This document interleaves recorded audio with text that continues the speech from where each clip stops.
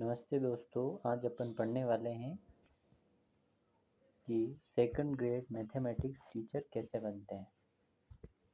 चलिए देखते हैं। इसके लिए हमें कक्षा 12वीं में पीसीएम से पास करना होता है, अर्थात फिजिक्स, केमिस्ट्री, मैथमेटिक्स से हमें सब्जेक्ट चुनने होते हैं। उसके बाद बीएससी करना होता है। बीएससी जिसे ग्रेजुएशन लेवल कहते हैं अपन, 13वीं 14वीं 15वीं, या बीएससी कर सकते हैं, या फिर आप एक साथ 4 साल का एक कोर्स चलता है बीएससी बीएड, वो भी कर सकते हैं।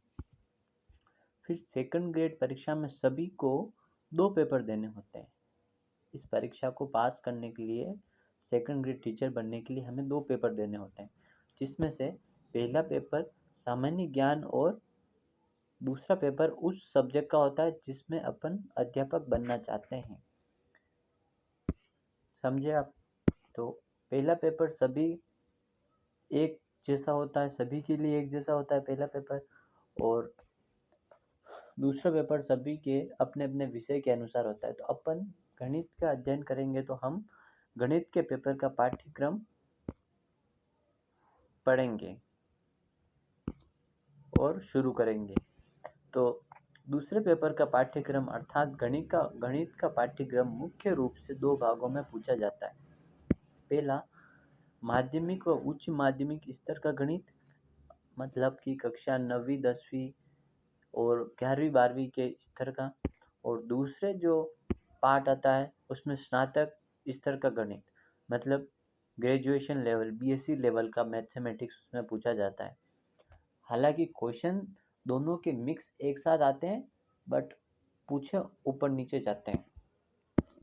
और इनमें लगभग माध्यमिक शिक्षा वालों में अपन के में लगभग 11 इकाई को पढ़ना होता है, व स्नातक में हमें 10 इकाई पढ़ना रहता है।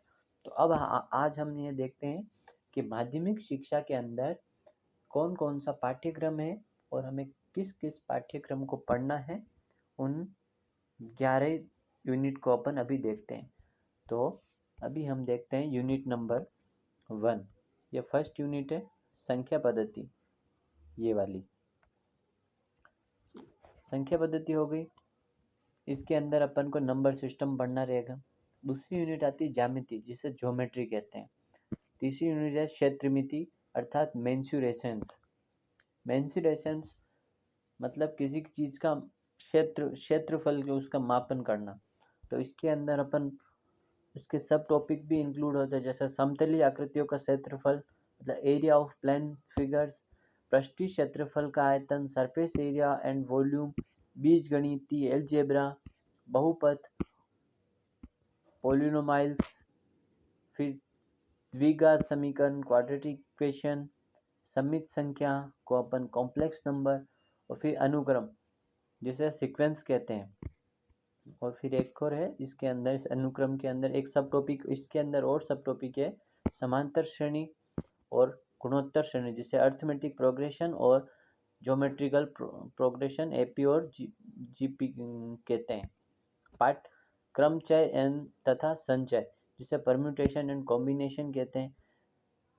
द्विपद प्रमेय, जिसे बाइनोमियल थ्योरम कहते हैं। अब अपनी यूनिट 5 शुरू हो जाती है। ये जो भी थे अपन ने सारे टॉपिक देखे थे, ये यूनिट 4 के अंदर थे, एलजेब्रा के अंदर ये सारे टॉपिक। अब ये 5th यूनिट है, मैट्रिक्सेस एंड सारणिक। ये अपनी 5th यूनिट स्टार्ट होती है यहाँ से, ये वाली। ये अपनी 5th यूनिट है, matrix and determinants. 6th unit अपन को पढ़नी है, समुच्चय, संबंध एवं फलन। ये वाली अपनी मैट्रिक्स है। उसके बाद 7th यूनिट है अपनी त्रिकोणमिति, जिसे ट्राइगोनोमेट्री कहते हैं।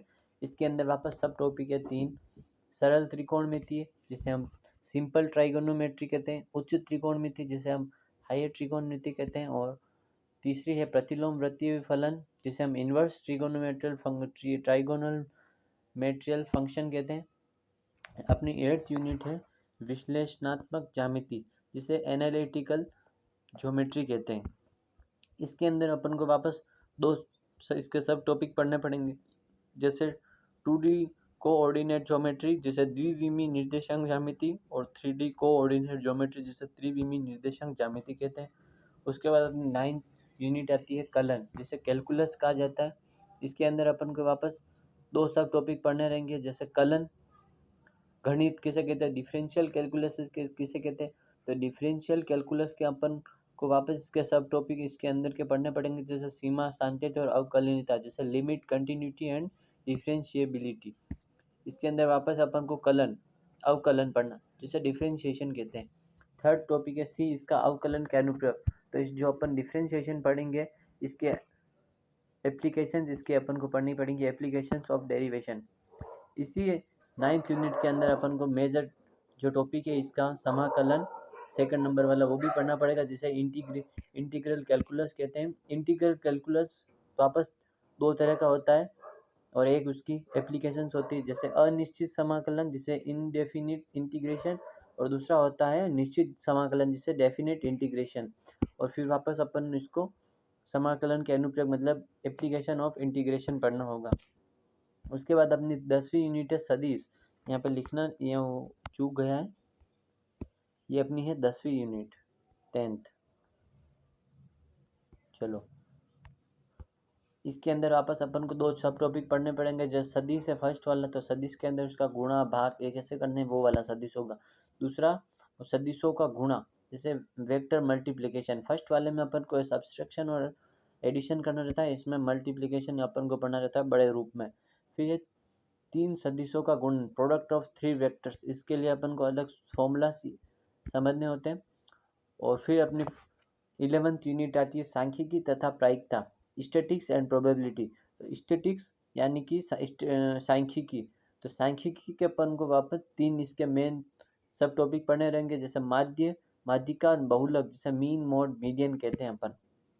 और दूसरा है इसी सांख्यिकी के अंदर अपन को एक सब टॉपिक और उसका और पढ़ना पड़ेगा, विषय विक्षेपण, जिसे डिस्पर्शन कहते हैं। और फिर आती है प्रायिकता, जिसे प्रोबेबिलिटी, इसको भी अपन बहुत विस्तार से पढ़ेंगे। तो ये जितना भी अपन ने आज देखा है, यहाँ से ये सारा अपनी माध्यमिक एवं उच्च माध्यमिक स्तर का पाठ्यक्रम है। अगली क्लास में अपन स्नातक स्तर का पाठ्यक्रम देखेंगे और स्नातक स्तर के पाठ्यक्रम को समझेंगे कि उसमें अपन को क्या क्या पढ़ना है। Thank you, bye bye.